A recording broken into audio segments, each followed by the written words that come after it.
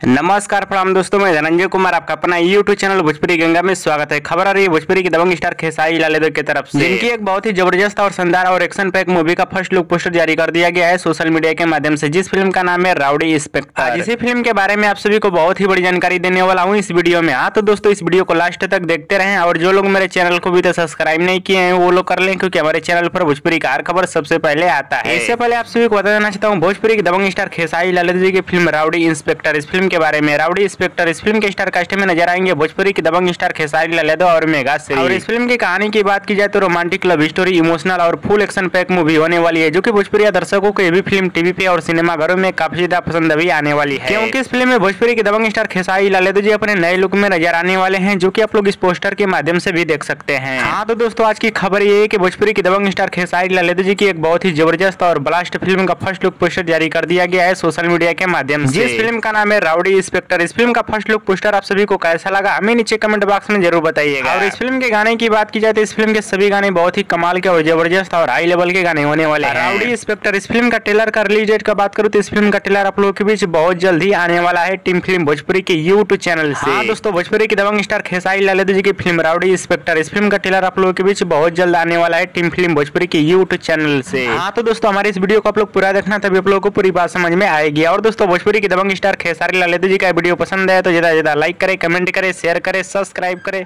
धन्यवाद दोस्तों।